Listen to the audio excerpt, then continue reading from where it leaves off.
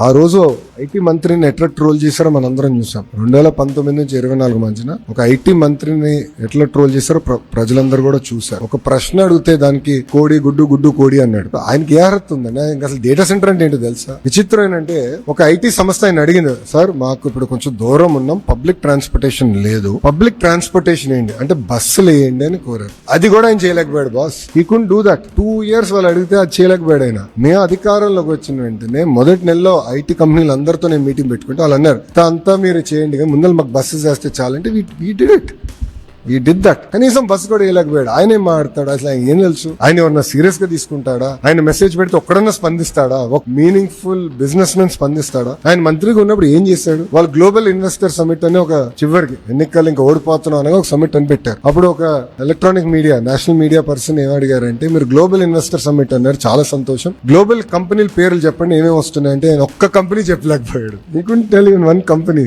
మాకు సమిట్ పెట్టాల్సిన అవసరం రాలేదు, ఆల్రెడీ తీసుకొచ్చాయి. పార్ట్నర్షిప్ సమిట్ పెడుతున్నాం, బట్ మేము ఏంటి సమిట్ కోసం ఆగట్లా. We are moving very fast.